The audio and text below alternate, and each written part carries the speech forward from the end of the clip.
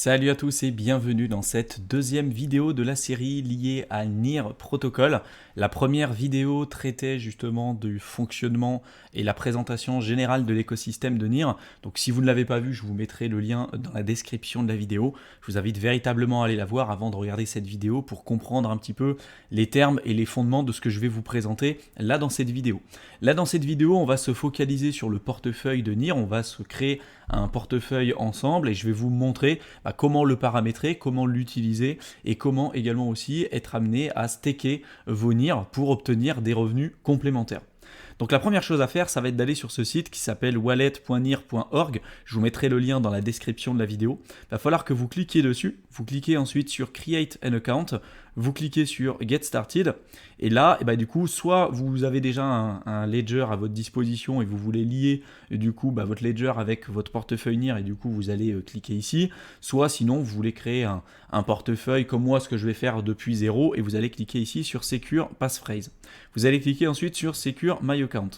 Là, derrière, on va vous donner les 12 mots disponibles. Alors moi, je les ai floutés à l'écran, c'est fait exprès. Mais on va vous présenter du coup les 12 mots qui vont représenter votre clé privée, que vous devez divulguer à personne, que vous ne devez présenter à personne et que vous devez sécuriser correctement, comme sur tous les wallets qu'on vous a présentés jusqu'à présent. Donc là, je vous invite à prendre une feuille de papier, une feuille de carton, peu importe ce que vous faites d'habitude. Vous notez à plusieurs reprises, 2 ou 3 fois, ces 12 mots pour ne pas les perdre. Et une fois que c'est fait, on va passer ensemble à l'étape suivante. Une fois que vous avez noté par écrit du coup votre clé privée, on va vous demander de vérifier votre clé privée pour être sûr que vous avez bien noté les informations correctement. Donc on va vous faire tout un tas de tests en notant par exemple le mot numéro 8, le mot numéro 7, le mot numéro 12, etc. Donc vous allez le faire, vous allez noter par écrit à chaque fois le bon mot, et une fois que c'est fait, vous cliquez sur Verify and Complete, et normalement après vous allez accéder à l'espace véritablement du portefeuille NIR. Donc moi c'est ce que je vais faire de mon côté, je ne vais pas vous faire perdre plus de temps, je vais faire la procédure de mon côté et je vous retrouve une fois que j'ai accès du coup au portefeuille de NIR. Une fois qu'on a rentré les informations nécessaires, ce qu'on va nous demander, c'est d'envoyer au moins 0,1 NIR sur notre wallet pour pouvoir justement le mettre en ligne et pour pouvoir correctement l'utiliser. Donc là, c'est ce que je vais faire. J'ai mon adresse de portefeuille pour envoyer justement mes NIR sur le portefeuille. Donc je vais la copier. Je vais me rendre, en l'occurrence, là on peut aller sur CoinMarketCap pour voir les différentes paires d'échanges et où est-ce qu'on peut se procurer du NIR. Donc on peut s'en procurer à partir de l'USDT directement sur Binance. On peut également aussi en avoir sur KuCoin, Get.io, etc. Enfin voilà, aujourd'hui c'est quand même représenté sur tout un tas de plateformes NIR. Et moi j'ai déjà préparé tout ça pour vous montrer et pour qu'on puisse gagner du temps. Donc j'ai quelques USDT là directement sur Binance. Donc je vais les sélectionner, je vais les transformer directement en NIR. Je vais utiliser ça pour que ça soit rapide. Hop, on va aller se rendre du coup sur mon portefeuille. On va aller tout en haut, on va aller là-dessus. On va se rendre sur le portefeuille Spot, ici, tac.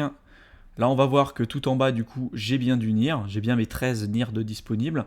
Je vais pouvoir les retirer, donc je vais cliquer dessus. Je vais ici là coller l'adresse qu'on m'a donnée tout à l'heure, là, en cliquant, juste ici. Donc je vais la copier.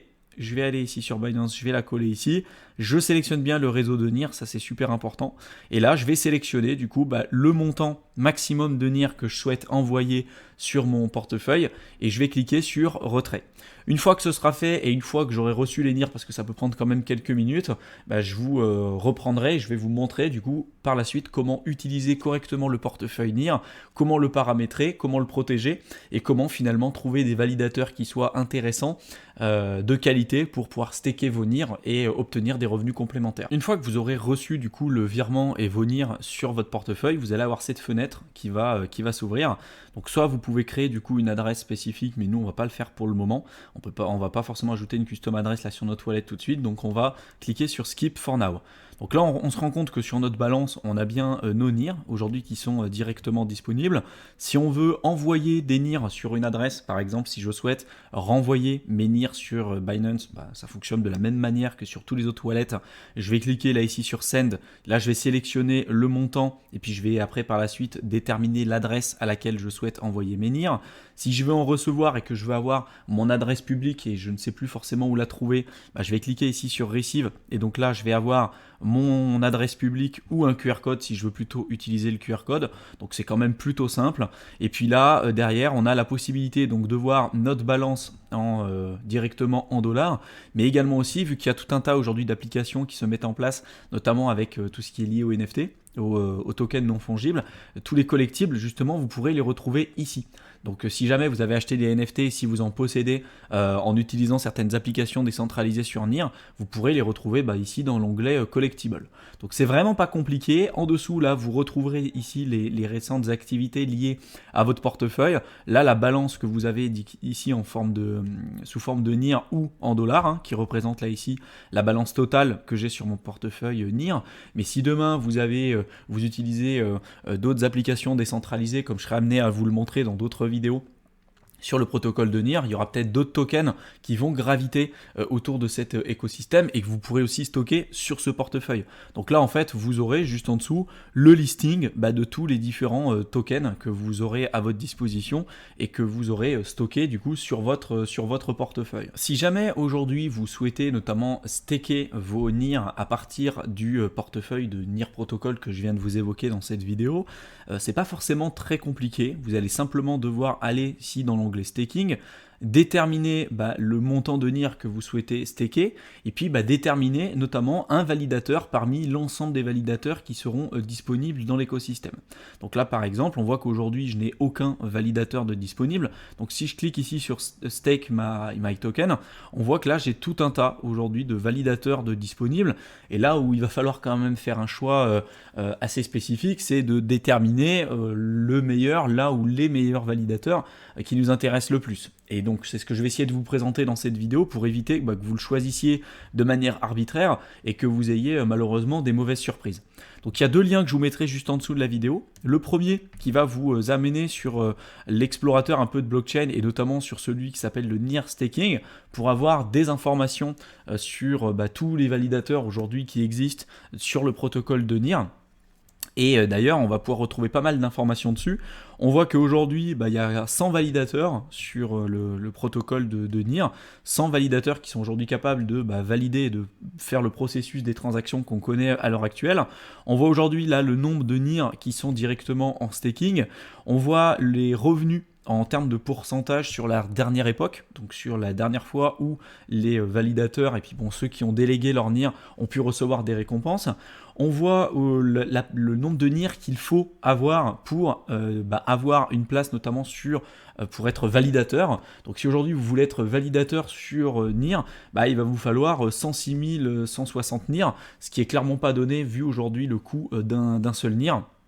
Donc aujourd'hui, il y a quand même peu de chances à mon avis que vous ayez autant d'argent à investir dessus et du coup c'est ce que je vais essayer de vous présenter dans cette vidéo. Vous n'êtes pas obligé d'avoir 106 000 NIR pour pouvoir obtenir des revenus complémentaires. Vous n'allez pas avoir votre propre nœud, vous n'allez pas être capable vous-même de valider les transactions. Vous allez déléguer vos NIR à quelqu'un qui va être capable de valider les transactions pour vous.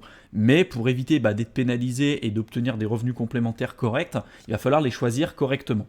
Et du coup, comment on va voir ça? On va aller sur ce site et là on voit finalement tous les différents aujourd'hui validateurs qui existent et avec certaines caractéristiques qu'on va voir ensemble.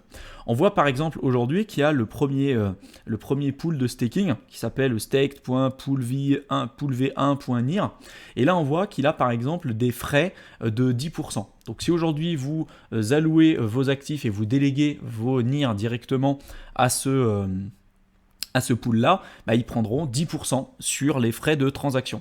Il faut faire attention parce que les frais de transaction, vous pouvez quelquefois avoir des personnes qui vont prendre par exemple 100% de frais de transaction. Donc 100% de frais, ça veut dire que vous, en l'occurrence, si vous déléguez vos NIR à ce pool-là de staking, vous ne recevrez aucune récompense. Par contre, là, si vous le déléguez à celui-ci, ils vont prendre 10% sur normalement les récompenses que vous auriez dû obtenir. Et en fonction du pourcentage de la pool que vous allez avoir à votre disposition, si moi, par exemple, je détiens 10% de tous les NIR de ce pool de staking, je vais recevoir 10% de toutes les récompenses que la pool de staking est capable de générer. Voilà, moins les frais qui prennent au fur et à mesure, mais ça c'est normal. Ce qu'il faut bien comprendre, c'est que choisir aujourd'hui un pool de staking, on ne le fait pas n'importe comment, parce que si vous le choisissez n'importe comment, vous pouvez avoir des personnes qui vont soit pas valider les transactions correctement, et donc si le travail n'est pas fait correctement, vous pouvez vous être pénalisé, non seulement ne pas recevoir de récompense, mais en plus de ça, perdre une partie ou la totalité du capital que vous avez mis à la disposition du validateur. Donc c'est pas une décision à prendre à la légère. Là en l'occurrence, nous on va choisir quelqu'un qui va avoir des frais compris entre 1 jusqu'à 5%, ça me semble louable. Des frais de 0%, c'est pas forcément intéressant, dans le sens où les personnes derrière qui font des validations de transactions, c'est des gens qui vont s'occuper des serveurs, quelquefois ils ont même de la main d'œuvre s'ils ont beaucoup d'actifs sous gestion, donc vous n'allez pas travailler gratuitement, hein. Je suppose que vous, tous les matins quand vous vous levez pour aller travailler, vous ne le faites pas gratuitement, et eux c'est pareil. Donc si vous voulez que quelqu'un fasse le travail correctement, pour moi, la moindre des choses c'est qu'ils soient rémunérés pour le travail qu'ils font. Voilà. Il y en a qui vont le faire gratuitement, mais à titre personnel, je vais plutôt privilégier les personnes qui vont prendre des frais modestes, mais quand même un certain nombre de frais pour pouvoir payer leurs charges de leurs infrastructures, et puis le travail qu'ils font, ça me semble tout à fait normal. Donc des frais par exemple entre 1 et 5%, c'est tout à fait louable. Et là derrière, donc vous avez le montant de NIR qui sont directement en staking dans ce pool de staking, et là aujourd'hui on se rend compte que ça représente 9,64% de tous les stakes aujourd'hui qui sont disponibles dans l'écosystème de NIR. Donc vous voyez que là ce pool de liquidité là il représente 9,64% de tous les NIR qui sont en staking.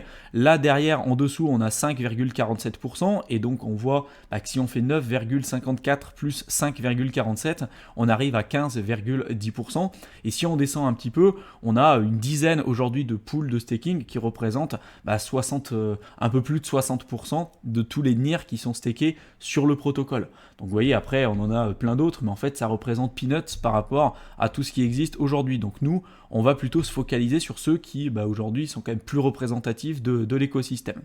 On voit également à côté ici, quand on voit le délègue, c'est en fait tous ceux qui vont déléguer leur NIR à ce pool de liquidité là. Donc par exemple là, on voit que 9,64% de tous les NIR sont stakés sur ce pool de liquidité là, mais qu'aujourd'hui on a 1950 personnes qui ont délégué leur NIR sur ce pool de liquidité. Donc nous aujourd'hui on pourrait très bien le déléguer, et du coup ça se mettrait à jour, et on ne serait plus à 1950, on serait à 1951. Moi en tout cas, pour en revenir quand même aux différents critères que je vais utiliser pour pouvoir sélectionner les différents pools de liquidité, je vais en sélectionner un. Je vais sélectionner un qui va avoir un nombre de stakes important, qui va avoir des frais relativement faibles, mais qui soit, on va dire, pertinent par rapport à l'activité qui va être sous-jacente, et puis par rapport à un nombre également aussi de personnes qui vont déléguer leur NIR qui soit relativement conséquent, parce que plus on va avoir des personnes qui vont déléguer, dans une certaine mesure, ça prouve aussi qu'il y a une certaine confiance vis-à-vis de ce qu'il y a de l'activité concernant ce pool de liquidité. Donc là par exemple, si je veux avoir plus d'informations sur ce pool de liquidité là qui s'appelle AstroStaker, je vais cliquer dessus. On va m'ouvrir une fenêtre, et là je vais pouvoir voir du coup toutes les différentes transactions, et puis les rewards, les récompenses qui ont pu être déposées sur les différents portefeuilles, et par rapport à l'ensemble des personnes qui ont délégué leur NIR dans ce pool de liquidité. Donc là en l'occurrence, on peut se rendre compte que ce validateur là est quand même plutôt intéressant. Ça fait pas mal de temps qu'il existe. On voit que ça fait depuis 2020, le 23 septembre 2020, donc depuis en fait presque le début du lancement de protocole NIR. Et depuis le départ, il n'y a pas eu de souci à proprement parler sur ce pool de liquidité là. Donc je pourrais en l'occurrence utiliser celui-ci pour déléguer mes NIR et pour obtenir des revenus complémentaires. Donc là, la première chose qu'on va faire, on va se rendre dans l'onglet staking, on va choisir l'ID de notre validateur. Donc là, en l'occurrence, admettons que ce soit celui-ci, on va sélectionner le nom, on va faire CTRL-C, et puis là, je vais aller ici, je vais faire CTRL-V. On retrouvera bien ici le validateur avec ses pourcentages de frais, et on voit bien que c'est un validateur qui est actif. Soyez attention, déléguez bien vos NIR à un validateur qui est actif, hein, c'est la moindre des choses, mais voilà, je préfère quand même le préciser. Ensuite, vous cliquez du coup sur Select, et là on va vous demander du coup le montant de NIR que vous allez devoir staker. Donc on va cliquer sur Stake with Validator, on va sélectionner le nombre de NIR qu'on veut staker. Moi là pour l'exemple, je vais en staker uniquement que 2 avec ce pool de staking ici. Je vais cliquer sur Submit Stake et je vais cliquer ensuite sur Confirm. Une fois que la transaction a été validée et que du coup nos NIR ont bien été stakés et délégués à notre validateur spécifique, on arrive sur cette page qui nous dit bien que la transaction a été un succès. Là, on voit bien le nombre de NIR du coup que j'ai mis en staking, les 2 NIR là pour cette vidéo. Et pour avoir plus d'informations spécifiques, je peux revenir à mon écran initial. On voit bien que j'ai staké là aujourd'hui 2 NIR de disponibles.